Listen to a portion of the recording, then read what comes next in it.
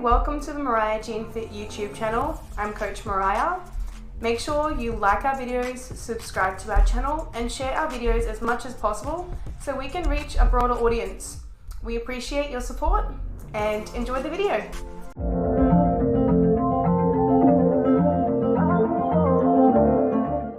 Hello and welcome back to the Fit Minds podcast on Spotify or just on YouTube, our vlog series for those who are watching. Coach Mariah here from the Mariah Jean Fit fam. So today we're going to dive into an episode regarding building resilience and facing adversity. So firstly, we're going to talk about what resilience is. What does it look like? It's not just this magical word that only pertains to those who are, mentally disciplined, just magically mentally disciplined. It is certainly something that is a skill. It is something that can be acquired by accident, or on purpose. There are lots of ways we can build resilience, or that resilience is naturally attained. So it is the ability to persevere through hardship and struggle. We've all been through difficulty in life. In fact, every day we go through struggles, challenges. We face all sorts of things, whether it be on a smaller scale or a larger scale, that come at us from an environmental perspective, in our relationships, in our career, in our exercise, in our nutrition, facing our own internal issues that we all have. We all do have them. If you say you don't have internal issues, then you're lying. But facing adversity head on is what it's like. It's instead of avoiding it or wallowing in it, we just face it. We literally just face it head on. We don't fear adversity. We certainly don't fear struggle or challenge. And this is probably what you'll see that separates a massive chunk of the population from the other, even though it's probably not right down the middle, but where you start to see yourself. And if you're listening to this vlog and podcast thinking, yep, I understand this because I've built resilience. I used to not be a very resilient person, but now I probably am. And maybe you're on the other side of the fence where you think, okay, I'm curious. I want to understand what resilience looks like. How do I become resilient? How do I become one of those people who seems like nothing bothers them? But it's not the case. It's really not that it doesn't bother them, or that they're not worried, and they're not, troubled. It's how they deal with the hardship. It's how they deal with the adversity. It's how they deal with those troublesome thoughts. So it involves reframing your situation to accept and move forward with clarity, okay? This is probably the 3 points I'd like to focus on, is that it's perseverance through hardship, it's facing adversity head on, and it's reframing your situation so that you can move forward. So it's really encompassed in a few steps. And I'm going to start off with some signs that you may be lacking resilience. And this is a really difficult one to identify because most of us would like to think that we're tough. Most of us would like to think that we're super resilient, that we have been through so much in our lives and that we can come out the other side and that nothing can, bother us or get us down, and that we are strong. And some of us don't feel very strong sometimes, and that's okay. But I'm going to go over probably the major points of this entire vlog and podcast. It'll take up quite a bit of where you may be lacking resilience, and it's so important that you use these points as not necessarily a criticism of the individual self. It's not a criticism of you, but certainly a way to improve your mental fortitude and your attitude towards life in general. And you will experience things differently after you've picked up on a few of these, and if you can obviously take on some of the tips that I provided in this podcast and vlog. I will say as well, before I get into this, we're not talking psychology here. This is not to individual to each person. I'm not giving advice for individual people. This is very much to a broader audience, and certainly an idea and a concept that we as athletic individuals, people who are in sports and things like that, involved in bodybuilding, or people who are endurance athletes, and even coaches, we all hold, especially if we've done this for a long period of time, we all hold the same ability to be more resilient. We all have that ability, because without it, we couldn't persevere. We couldn't stick to what we wanted to do. We couldn't stick to what we wanted to achieve. And the longer that you've stuck to something, it's going to be very likely that you're highly resilient, because you've kept going. You've kept getting back up again when you've fallen down. So firstly, a sign that you may be lacking resilience, you may be struggling with resilience, is that you feel like negative things happen to you because the world is against you, or you deserve the bad things that have happened to you, that you have bad luck. I don't respond very well to this when I hear people tell me, oh, I just have terrible luck.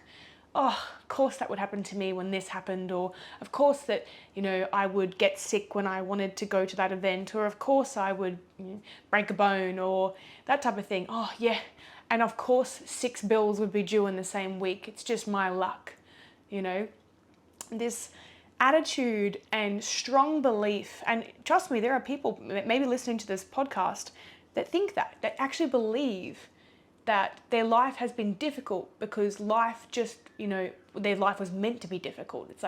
It's just my life in particular was very difficult. If you've ever had a chance to read some incredible stories of the most inspirational people in the world, it's not necessarily a comparison game of whose life was harder than the others, but goodness is it intriguing to understand that when you hear other people's stories, and when I've read lots of stories about other people's struggles and experiences and lives and growing up and listening to lots of different people's perspectives on life and the things that they've been through personally and professionally, it is humbling to say the least. But certainly this idea that everybody is struggling to some degree, everybody is struggling. And it's not to take away from each individual person's struggle, but certainly to understand that bad things don't happen to you on purpose, right? Unless you're chasing them down or you're self-sabotaging and you were a part of that process, maybe there was a reason why. But if things are happening to you and you don't understand why, and you think that there is some sort of divine reason behind all of this, that the world is just punishing you, or, the universe is against you, you're wrong. It's not how the universe works. That's literally not how the world works. Yes, if you are a terrible human being, I am sure that eventually some things will come back to you, and that's just the natural law of, the effect, I suppose, of doing bad things, is that, there's such a thing as being caught doing things illegally, and there's such a thing as people finding revenge on you, or whatever it might look like. So your life might be a little bit more negative if you are being an asshole. Really, but that's just basic. That's basic. I suppose interaction between people. That's not luck, right? Getting arrested for something isn't luck. It's just you got caught. So I'm actually very quick to shut down this idea that people think that things are meant to happen, meant to be, or that they have bad luck. So either in one way or the other. This whole concept that, all of this was meant to come together. I think maybe, yeah, in some instances, you may have done or been in a certain place. You may have done something and been in a certain place at a certain time, and whatever, and there may be coincidence that ties into things, but certainly that you are never, ever, ever, ever, ever served something in life because there's some sort of divine power that is attacking you.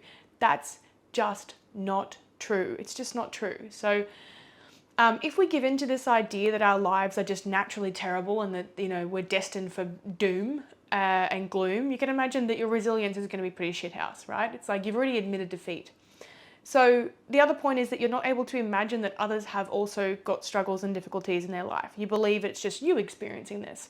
Quite common, I see that, I have lots of different conversations with lots of different people. I have done so for years because I worked in business and sales and hospitality and retail, and I've worked in marketing. So I've always worked in these roles where I'm, interacting with people quite a lot. And people do tell me their stories, and even in coaching as well.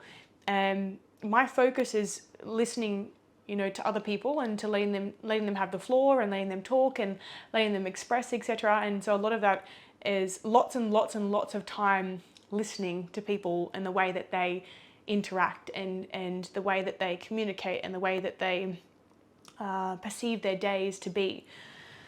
And a really common denominator that I'm seeing with those who struggle to succeed or struggle to stick to a plan or struggle to achieve something or struggle to celebrate their success or struggle to move forward are generally going to be very similar instances. The same people who think that they are the only person struggling, that they think they're the center of the universe, that they think that everything terrible is happening to them, and that they get very focused on their world and the shit stuff that's happening to them. And I think this is pretty normal of most people, right? It's normal of us to think about ourselves and to go, oh, I was stuck in shit traffic this morning and, the kids were late and they were dilly-dallying and they wouldn't, one couldn't put their shoe on properly, and then one of them got sick and I had to stay home from work and it was such an inconvenience. And it could be that situation or scenario. Or it could literally be that, you got stuck in a meeting for 3.5 hours and it's gone over, and then you've missed the next meeting and you've missed the business opportunity. Whatever it looks like, but there is this really congruent attitude across, I find, with those who really struggle to achieve a goal that they've set their minds to, where they think that their life sucks and only their life sucks, and they have a strong inability to see other people, right? It's like how they can't see other people struggle or even acknowledge or think that it's important. And this is really key, is that if you think that you are the only person struggling or having a difficulty in life and you believe it's just you experiencing this, you will feel isolated. You will feel less resilient. You won't feel tough. You won't feel strong because you feel like you're alone. That you're alone, that this is just you and it's individual to you and it's special to you. And our experiences are, absolutely. But struggle is not an individual, it is, an individual experience per struggle, but every single person understands what this feels like. Not a single person on this earth hasn't had some sort of struggle. Now, we don't get to decide what severity that struggle is, but every single person, every time you get stuck on your day and think, of course it would happen to me, the shit thing's happening to me, this shit thing's happening to me, look at the car next to you in the traffic. He's stuck too. Okay, car ahead of you, also stuck. Car behind you, also stuck. The thousands of cars in that traffic jam are stuck, and they all have lives and families and pets and feelings, right? And when we can start to acknowledge other people's feelings, emotions, experiences, that they have difficulty as well, it doesn't take away from our hurt and our pain and our struggle, but certainly makes it a little bit easier, right? Getting through that struggle, knowing that, hold on, whole group of people feeling this, holy shit, yep, man, it does suck. Acknowledging each other so that you're not isolating yourself in your experience. And I've found this as well sometimes, that people can get so stuck in their own heads, especially with training and nutrition, thinking that they are the only person that sucks at it. Like, oh, I'm not very good at doing this, and they get really stuck on that. So this is part of that lack of resilience, is not understanding or not even letting yourself try and imagine that other people are going through similar or even different things that might not necessarily be the same, but certainly that are going to make life hard for them, right? So another point is finding any reason not to do something. So literally anything in your day affecting your choices. It could be anything. It could be, you've run out of meal prep and you decide, okay, well, I've got no meal prep, so I'm just going to eat junk. I'm just going to order Macca's because I've got nothing. There's only McDonald's, right? I can't, how heaven forbid that you not have any meal prep done. Oh, but I ate Macca's, I ate a Macca's meal and I didn't track it because I figured, fuck it, there's nothing else there, so I may as well just eat this, and I can't control that, right? So this whole finding any reason not to do something, I found, is certainly a way of avoiding a challenge or avoiding something that you need to do that's on your to-do list, because you're literally picking reasons in your day. You're finding reasons not to. And I shut this down very quickly in coaching as well. It really depends. It really depends on the situation, right? Whether there's a solution, whether there would have been a way forward that maybe you didn't see because you're not resilient, because you're not able to see or have that solutions-focused mindset because you're stuck on the problem. But certainly I've seen time and time and time again, I've had clients, especially this one's a big one, is I'm not getting enough sleep. And it's nobody's fault but your own if you're not getting enough sleep. I know that sounds terrible. There's probably especially for kids and having children, this doesn't necessarily always align. And I mean this from a position of, I don't have kids yet, so I don't know. But certainly remembering my own childhood, I was a kid at some stage, waking my parents up constantly. And I did it. I didn't sleep. I was an awful sleeper. I remember I was the kid, right? I was the kid waking my mum up.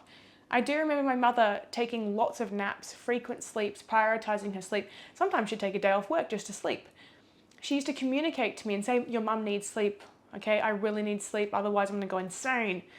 But my mother, through my childhood, didn't actually, say to me, look, don't worry about it. I'll just wake up and, I'll just attend to you. She communicated to me. She said what she needed to sleep, okay? So there's this whole scenario of where people get stuck and they're like, I couldn't go to the gym because I'd had 3 hours sleep. Yeah, that's pretty fair. I wouldn't go to the gym either. That's exhaustion.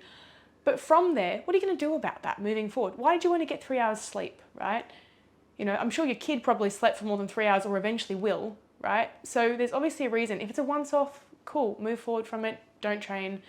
But see that type of attitude where if it's constant, if it's consistent, where I'm hearing people going, I'm only getting 5 hours sleep, I only had 5 hours sleep again, I've got a 5 hour sleep average for the last fortnight, and I'm kind of diving into this and going, well, why, what's going on? I'm overcommitted, right? I'm doing too many things, I've got this and I've got this and I've committed to this and I said yes to that. And it's almost like they say, all of this is beyond my control. I can't not commit to the thing. You can, okay? So again, it's this whole finding a reason not to do something, but also not necessarily finding a solution around that reason not to do something. So you're almost using the thing, this excuse, I'll call it that because it is, this excuse as to why you can't do something as a crutch, and you're leaning on it. And you're going, well, this is my whole this is me as a human being, this is my whole purpose, and this is I can't ever control this and I can never change it. And very drastic statements around things like, well, I'm only getting 5 hours sleep because that's just the way it is right now or whatever. And when I dive into it, it's, I'm working 13-hour shifts and I really hate my job. And it's like, oh, wow, cool. So you're doing something you don't like, but you're boxing yourself in, but you won't make a choice to change that. Yeah, because we can change our career at any given point in time that we want to. We can, no matter how much people say you can't, you can. You can do it. I've done it like 6 times, right? But this comes from a place of resilience, understanding that change is a good thing, change can be a good thing, and not trying to find reasons not to do something. Give yourself reasons to do something. It's probably one of the biggest focal points of this vlog and podcast is this idea that we cannot control things that we probably can, that we actually probably can control. So building resilience is focusing on what we can control. And I've said this in previous podcasts as well. So literally letting anything affect your day and your choices and acting as though exactly everything that happens to you dictates your mood and choices entirely. So you've literally just let go of the steering wheel. You've just gone, nah, I don't care, right? You're literally leaving it up to the world to decide how you operate. And that's freaking dangerous, and you will never get to where you want to go if you let go of that steering wheel and decide, well, that's it. Crap things happen today, so therefore I'm not doing anything I plan to do, or I'm going to give myself reasons not to. So the next point is complaining about simple tasks or the length of time it takes to do something. This could literally be impatience. Sure, people say I'm not a patient person. It's not that you're not patient, it's that you're not resilient, right? So you're not actually understanding that, hold on, this whole, I want something easy, I need something quick, I want something that's simple, that I don't have to think about. Imagine if you rocked up to work saying that every day. If you wanted something, if you want to be paid at work and you rocked up at 9 o'clock or 8:30 and you went, hey guys, I'd really like it if you could just delete half of my emails, I don't really want to read any of them. I just need something simple and easy because my life is really hard. So just letting you know, if you could just keep your emails, maybe just one line, that'd be great. Just nice and simple so I can get the rest of my stuff done. See how that type of attitude, you wouldn't do it. You wouldn't rock up to a workplace and say that, right? But why the hell do you say it about your nutrition, your exercise, your health? The interesting thing is people treat nutrition and exercise like it's a luxury, which I suppose it is for some people in some countries, but they treat it like a luxury in that they don't even have it on the same line as their health. It's like, how are you treating your health like it's an afterthought? How are you treating your health like it means fuck all to you, that it needs to be something quick and simple and easy, but you invest all this time and energy into everything else in your life? And you complain about the simple tasks like doing your meal prep, like cooking for yourself. Holy shit, when did it become such a task for people to do meal prep? The next person that says to me, oh, I don't really like doing meal prep and I don't like cooking, you are lazy. I'm just going to put it out there. You're lazy and it's not funny, right? Don't dream of things that you want for yourself that are incredible. And honestly, they are incredible. Achieving incredible things with your physique, losing a ton of body fat, right? Maintaining an athletic physique. These are incredible feats. And it takes a lot of effort and a lot of work. And if you are not prepared for that, stop asking for it. Okay? It's not going to come to you. It is not simple. It is not quick. It is not easy. And you cannot avoid the things and the tasks required to sustain it. And I get really passionate about this because people glorify an aesthetic physique and you know what, it's okay to glorify good health as well because I think it's a really high priority, but do not act like you want something and that you want it to be a really high priority in your life and then not do what's required to achieve it and not even remotely pay any attention to what's required to achieve it and then complain about it. Complain about the length of time as well. I love this. How long do you think it's going to take for me to see results? You know, I've been doing this for 3 weeks now and I just don't see anything changing. How adherent have you been? How much have you stuck to the plan? You know, I could ask the same question back. So these complaints, people palm it off as being impatient, and I actually palm it off. I put it in the other direction where it's not. I don't palm it off. It comes down to resilience. It comes down to the idea that you have not given yourself enough time to have to sit with something, to be patient with something, to persist at something, because you have gotten into a practice in your life of giving up when it gets difficult. And that is what separates the people who achieve and do not achieve what they set out to, is the fact that if you are doing this, if you're getting into this habit of I want quick, simple, easy, there's a reason why you keep giving up on yourself. There's a reason why you keep, in your mind, failing, is because that you aren't understanding that, hold on, this isn't easy. It is very difficult and it gets easier, but you have to continue those habits long term to sustain it. So those tasks that you think are tiresome and bothersome, guess what? They're not going anywhere.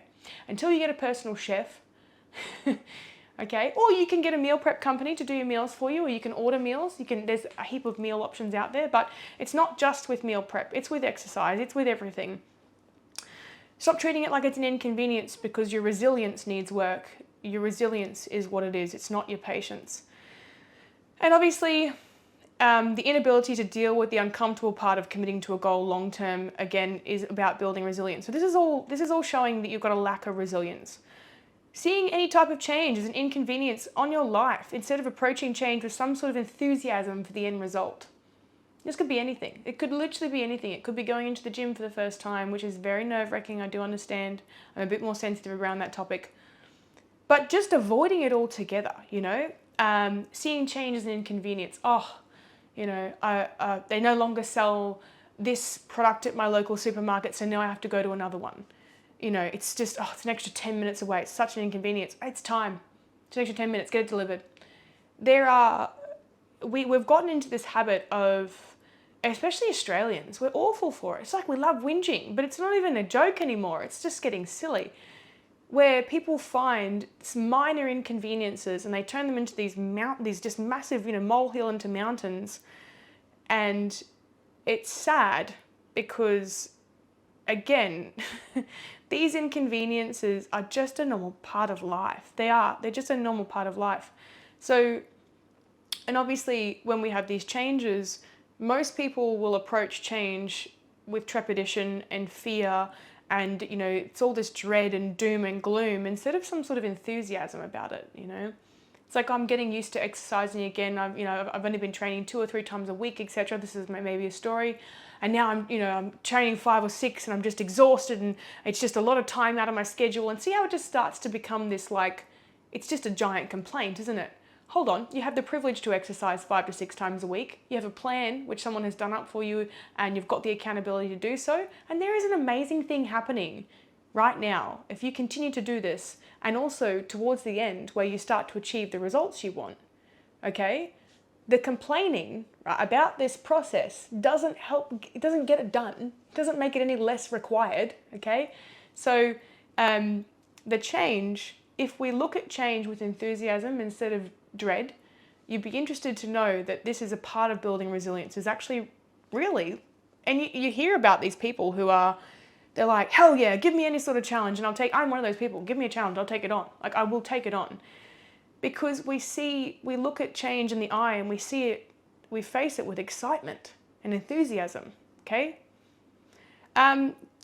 Giving up on yourself or a goal easily or quickly, as I mentioned previously, if you're this type of person and you give up quickly, a couple of weeks, couple of months into your fitness journey or your exercise, and it's, I've got a sore back, or I've got this, or, the list, honestly, I could come up with hundreds and hundreds of reasons as to why people have given up on themselves.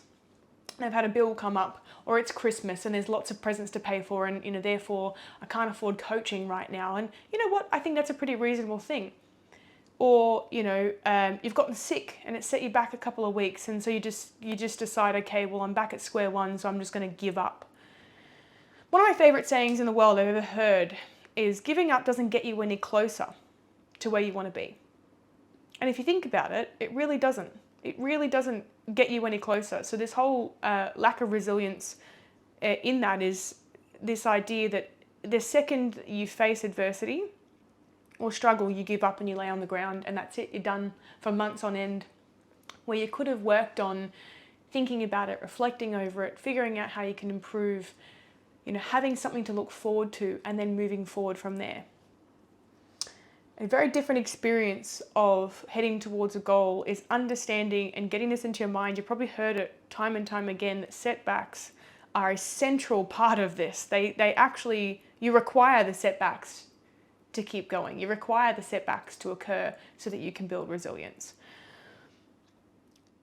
The next point would be blaming literally everybody else or anything you can think of in your life for the reason you haven't, won't, can't do something you really want to achieve, okay? Now, I don't know whether or not most people listening to this podcast or vlog would ever be able to, if they are actually doing this, catch themselves doing it. But certainly if you know a friend that does this as well, then you may have a friend and you think, God, they're always going on about, this being the reason why they can't do something, or this person being the reason why they can't leave, or et cetera, et cetera, et cetera. And it's just this constant, very outward blame game, which, don't get me wrong, I mean, I'm sure there are going to be some shitty people in some people's lives that contribute to all sorts of reasons why, you feel like you can't do something. But nobody is a reason why you haven't, won't, or can't do something. If you're a child and you're under the care of an adult, maybe, okay, that's a very temporary thing, you grow up, you get on with life, but nobody is the reason why you haven't, won't, or can't do something, because you have the ultimate control over your life, your decisions, your choices, and people only have an influence on you, and that is not a control. They do not have control of you. So I often hear that I've got kids and I can't train. Kids is a big one. I think people have children and then they use their children as scapegoats for situations where, hold on, there is a solution to this, because I see lots of parents doing this very well. I see, and you know what? They're not lucky parents. Like, some of these parents are using creches at the right time. Single mums. I've got single mums who have no support and are still training at home. They're still doing their meal prep with their kids, right? They're still facing this shit head on. I've got mums that have kids with disabilities that are struggling daily and still making it to the gym and still taking care of themselves and still watching what they put in their mouth and being mindful of their nutrition. So it really does come down to this idea that it's not just about blaming kids, but if you blame your partner, if you blame your mum or your dad or your sister or your brother, or you blame your parents as to why you got a shitty attitude towards food, guess what? You're an adult. You can make decisions for yourself, okay? Other people do not dictate your life entirely to you. Avoiding difficult conversations with yourself and others because you avoid negative feelings or experiences. Again, this is a sign that you're lacking resilience in that, not even, and this is on the other side where you're not complaining about everything, but more so where you just pretend like things don't exist, you know? Pretend like, you know, things just aren't happening. And if you just pretend for long enough, it'll go away. So things like avoiding difficult conversations about your nutrition adherence or being honest with people because you're scared of having the conversation. Like if you're listening to this podcast, you probably think, and I'm very blunt sometimes, maybe I scare the shit out of people. Good. Okay? And a lot of people will tune out. So many people will tune out of a podcast because something challenges them and it hits a raw nerve and they're like, fuck no, I'm out. Nah, that's difficult. Guess what? Your resilience sucks if you do that. Because you're not able to take something, a difficult conversation or a difficult thought and go, you know what? That's true. That's true. It goes the same with also receiving some sort of constructive criticism in the workplace or feedback or support and taking that as someone attacking you.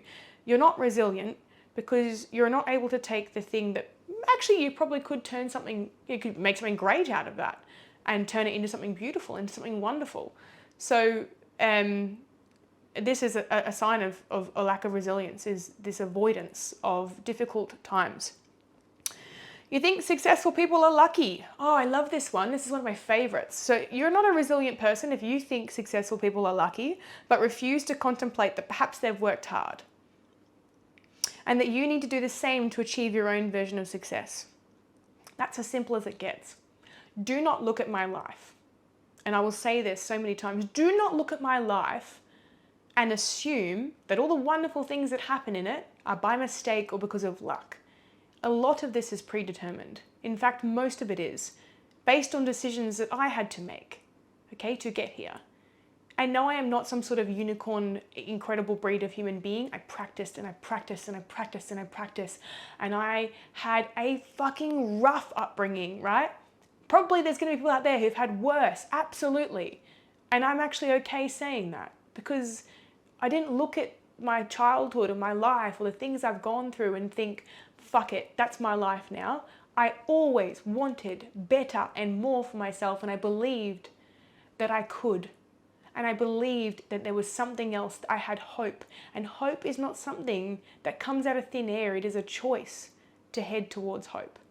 So successful people aren't lucky. I'm not a lucky person. If you have ever even considered listening to the full story, you would understand that luck, if there was such a thing, was never on my side, and I didn't give a shit. I didn't care. I was like, do you know what? No, I don't believe that. Believing in yourself is half of resilience because you have to have a belief that there is more in order for there to be more, okay? It doesn't just appear out of thin air. You find yourself becoming jealous easily of others' success and thinking you'll never have what you want. Ugh, yuck, right? We've all done it. So coming to the idea that beautiful people, successful people are a different breed of human to you. Stop putting yourself in another box. Stop doing that, okay? There is not this box of beautiful people over here in their lovely unicorn, wonderful rainbow land. And then there's you and you're in this box of rejects and losers. That's not how life works. Stop doing that, okay? You have the potential to be wherever the fuck you want on that scale, okay? And this is honestly, ultimately down to your choices, your daily choices. But if you find yourself wallowing in this idea that you are jealous or that you are, looking at this person's life and wanting their success, but not even putting any effort into your own life and your own success, you suck at having self-reflection and also obviously that resilience, because you're not even able to look at the concept that there was hard work involved, right? That these people that are in this position here, there might be people who are naturally beautiful or whatever, okay? But that fades, beauty fades over time, if they're also successful, okay? Success requires maintenance, okay? People can be ripped of success and they can be ripped of all sorts of things if they make stupid choices. So sustained success, there has to be a secret. There has to be something that they're doing mentally in order to sustain what they've built. Yeah? So being jealous of other people achieves literally nothing, and also doesn't build your own resilience, because you're not focusing on what you can do with your set of circumstances. You're focusing on what they're doing, and you don't even understand their set of circumstances, nor do you know them. No one ever understands anybody's set of circumstances perfectly, because we're not them. So you're a sore loser, or you've got bad sportsmanship. This is quite common, especially in the fitness industry. It's kind of like, you see people competing and then they get off stage and somebody beat them and they're just gutted, or they say nasty things to people, or they start bitching about people, or they can't even fathom the idea that they didn't win. We all got taught, good sportsmanship growing up, but some people it didn't solidify, it didn't stick. And don't get me wrong, especially in the world of bodybuilding, it is so difficult not to pick yourself apart, not to be upset and angry. I have been disappointed on stage quite a few times. And admittedly, I have sat in that and felt sore for a bit. So, that hurt, that stung, that was hard. I had to justify to myself why. But eventually, I came around and figured out I had to improve. And in some aspects, and in other areas, I didn't, okay? So resilience is understanding that being a sore loser, or even having that prolonged feeling of disappointment with yourself, is not very constructive. Gossiping or complaining about others, or being upset that you don't have what others have, again, this all comes down to that whole jealousy concept. Whinging, complaining, gossiping about other people is not an incredibly resilient thing to be doing, because again, you're so focused on other people instead of being focused on your own journey. And it's interesting too that a lot of these concepts I talk about, they tie into each other. Resilience, acceptance, all these types of concepts I talk about with mental fortitude and mindset, they overlap and they intertwine. And there's no coincidence that people who you see succeeding and doing really well in life and killing it at life are implementing a lot of these strategies. The next point is looking at your past as though it defines you, and admitting defeat, that failure/hardship is your constant unfortunate fate. So I admit I was pretty bad for this. I used to be pretty bad for it when I was younger, talking about my past as if it was, and maybe even sometimes lately as well, where I came from this and therefore I am this way. That's a very hard one to tackle. I think in the way with your fitness and your nutrition, this concept that I've never been good at this and therefore I will never be good at it, or I've always struggled with my nutrition, so I feel like I'll always struggle with it. These types of really drastic statements don't really give you a chance to do better, because you're not even allowing yourself that possibility. Yeah, you're sitting with this idea that you are stuck the way that you are, and that your previous experiences, don't get me wrong, we've been through shit. We've all been through shit. We've all had our struggles. I have a history of an eating disorder, 2 of them, years and years of struggling with eating disorders, where I felt stuck, where I felt like that's it. I'll always be this way. But I had to want to change in order to get there, and it was a really long journey back from the eating disorders. But certainly I had to look at it as though that my past was my past and a part of my timeline, but it doesn't mean that it is who I am now, and it doesn't need to be who I am now.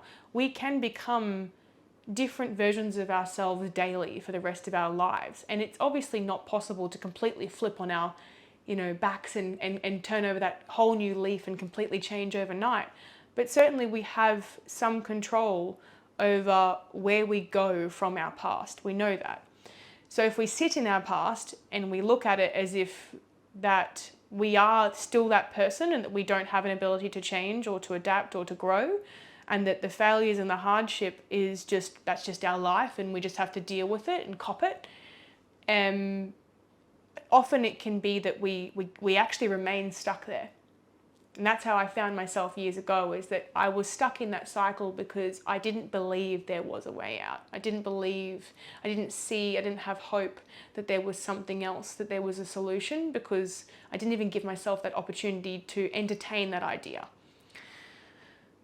And then I started eating more food. I started going to the gym more. I started speaking to people a little bit more about what was possible and that people supported me. So admittedly, I wasn't alone in that process. And slowly, the more I reached out and the more that I surrounded myself with people who were good for me and helped me and made me feel good about myself and then encouraged me to feel good about myself as well. That's an important one. It's not just about receiving compliments. Slowly, I understood that I was no longer a victim of the old version of myself anymore. Approaching life and experiences from a melancholy state, finding it difficult to see the good in a shitty situation.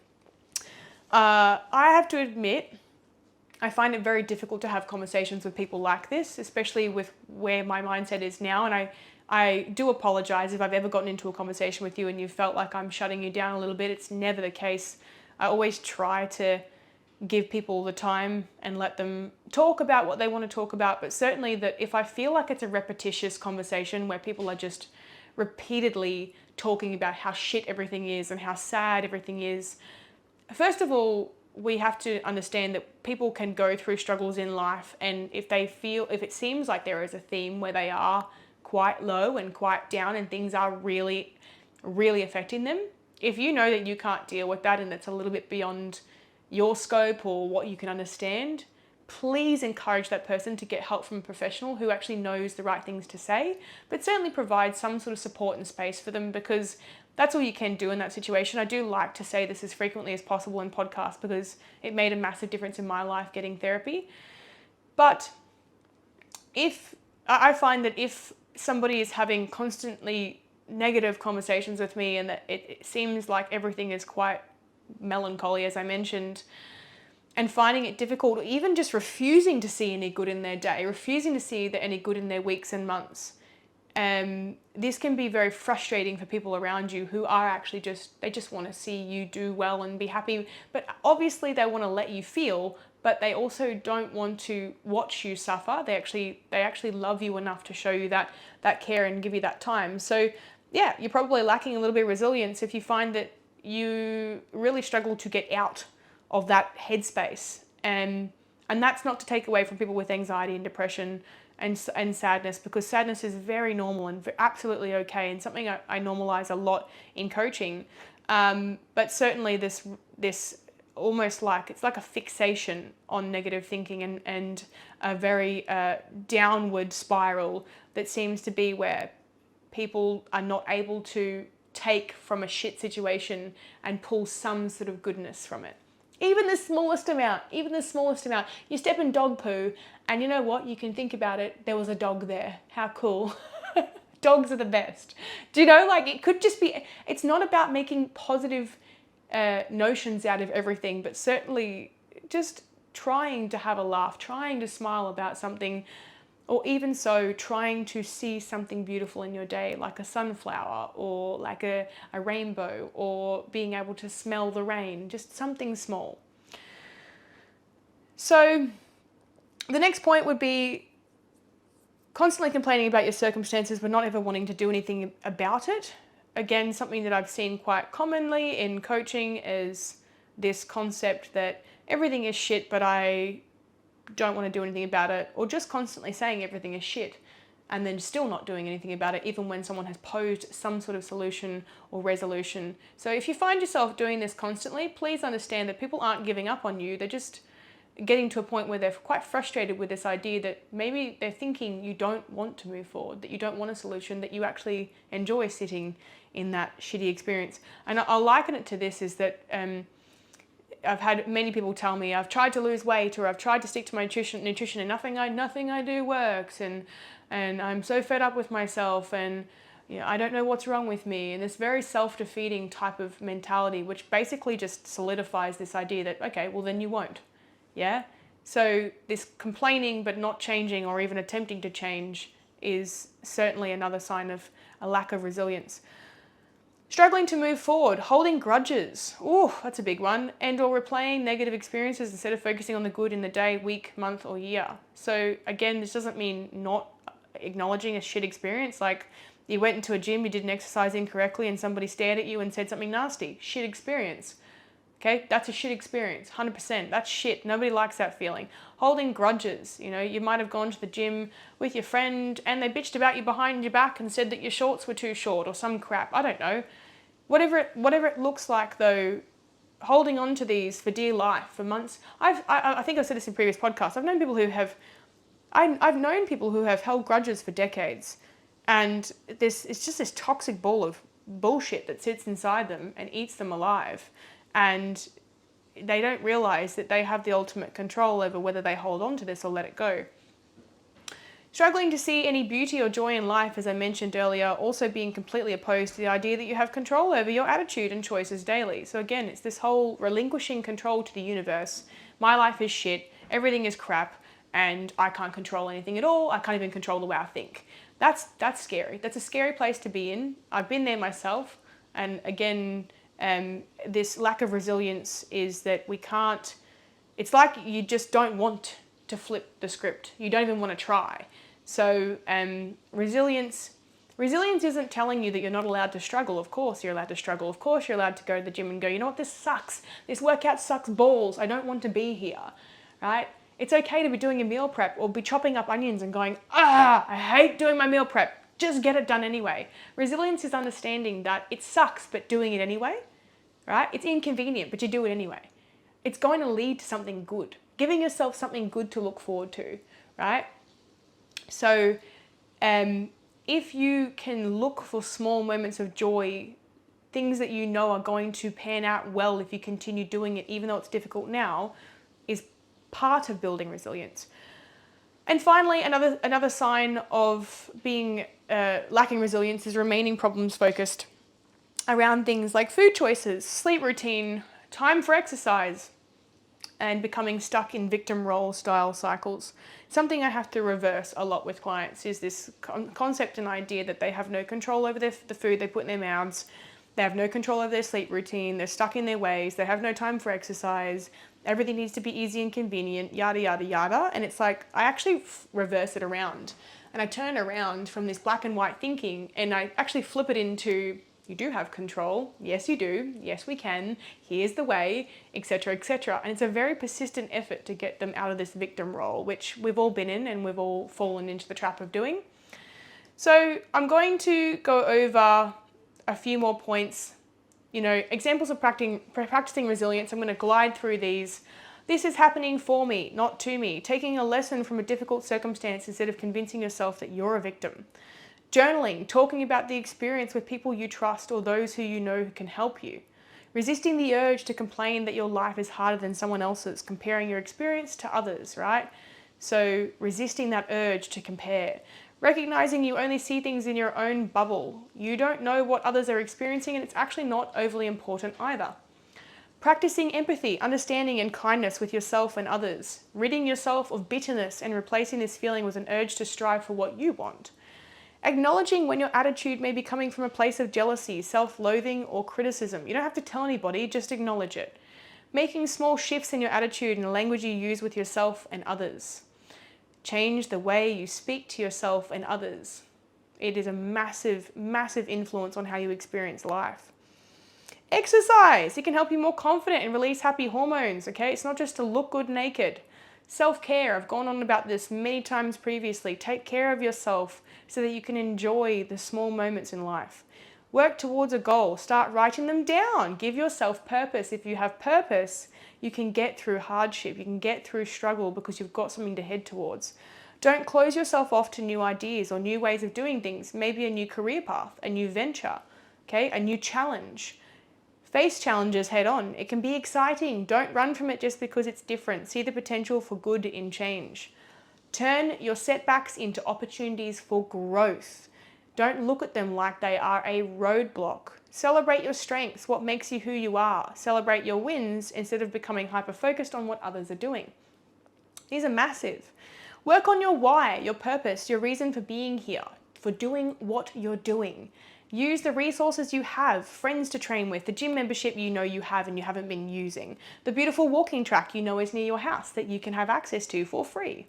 Your cooking skills, or your lack of cooking skills. The recipe books that you bought that have been gathering dust. Seize the day. Take it by the horns. Wake up every day with the intention to make it your best, but be okay with the idea that things happen and your best will be what it is for the day, with the intention to do so. Face your fears, okay? Face them, please. One of the best things you'll ever do in your life is face your fears. I swear to you, it will be a better experience than you ever imagined. Changing from black and white thinking to finding the grey in between. Nothing is definite, this or that, okay? And you don't have to make such drastic statements about life and who you are. Instead of I can't, I don't think I can, I've never been able to, I can't because X, Y, Z, try, I want to, I will, I aim to, I can because, or I'm willing to learn.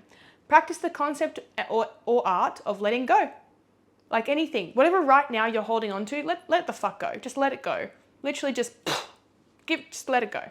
Especially to things or feelings that are making you feel stuck or bringing you further down, such as being mad at yourself you didn't eat well over the weekend.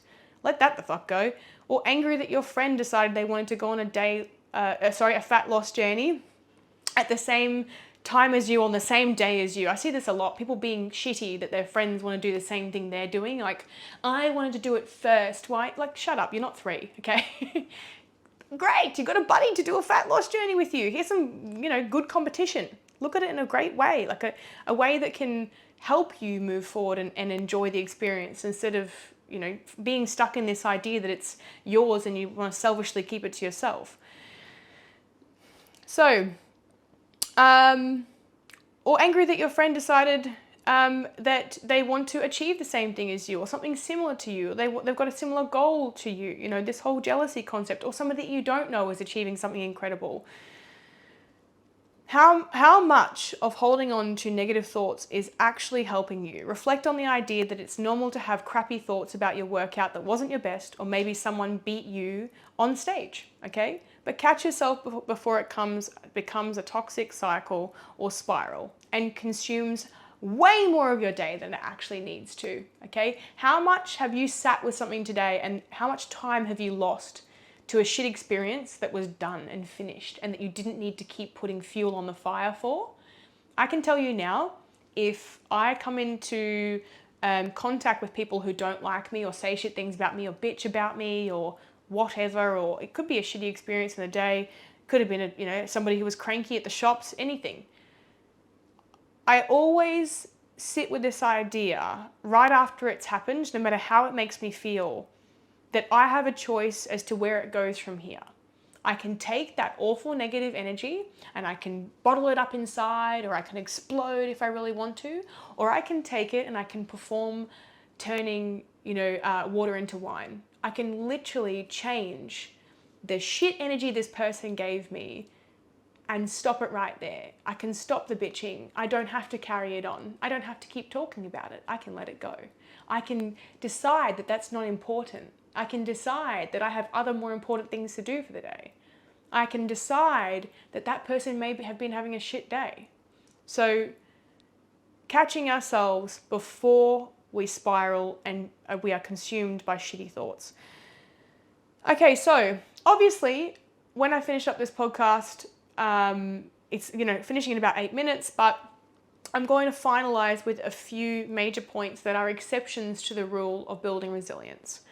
There's a very fine line between building resilience and shutting down people's feelings and dismissing people's feelings and making them feel like they're not heard, or downplaying people's feelings.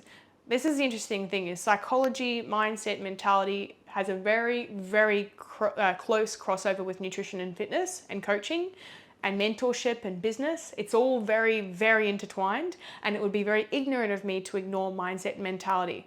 It just would be. But I have to use my own personal professional circumstances and experiences to build on that. And obviously it's not from a professional sense of giving psychological advice. There are exceptions to the rule, right? We're bridging the difference between resilience and avoidance in this one. So resilience is not avoiding emotion or experiencing things altogether, okay? It's not like, shut up and just suck it up. That's very toxic as well. That's not what it's about. If you are struggling with mental health issues such as anxiety, depression, if you really are struggling and you're thinking, Mariah, this life is just still really hard. Listening to this podcast, this vlog, please seek out help. I do not say this to palm you off. I say this because legally I'm not allowed to help you with this type of thing. But Lifeline, Beyond Blue, your local GP, or your specialist, get a GP. You can be bulk billed. You can literally get into a GP for less than $40 for half an hour to get a referral for sessions with a psychologist. It is possible to access help. There are services, there are people who want to help you. There is your support network, okay? So outside of building resilience, having a really good support network and just get rid of the shit people. Please put them in the bin. I say this every podcast. Put them in the bin, or distance yourself from them. But there are good people in your life that do want to help you, and you've got to stop pushing them away, because they actually can support you in this process of building resilience, of celebrating your life, of celebrating your wins. And it's no coincidence that a person who starts to do this achieves incredible things one after the other, after the other, after the other, because they've unlocked the secret, and this podcast is the secret.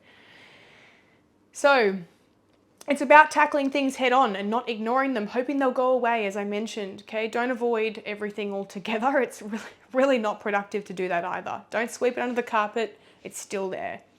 It's about taking responsibility for what's in your control, not passing on responsibility or blame to others constantly. By the same token, it's not about blaming yourself for everything either. There is no blame. It's just reflection. It's just reflection. There's a difference between blame and attack and reflection and neutral standpoints and journaling and having a very open and open mind and heart to this idea that it's okay to work on yourself. It's about changing perspective on a situation, not classifying everything as positive or negative or good or bad or exciting or boring, okay? There is a plethora of emotions and feelings and experiences that sit in the middle, and you might have positive and negative all together and all sorts of things. So it is getting yourself out of that black and white thinking. And obviously as well, in that it's not always about making everything seem like it's positive and wonderful all the time, because resilient people still admit that shit sucks, right? We still admit we had a shitty day. We still admit we felt sick. We still admit that I hurt my knee. Ouch.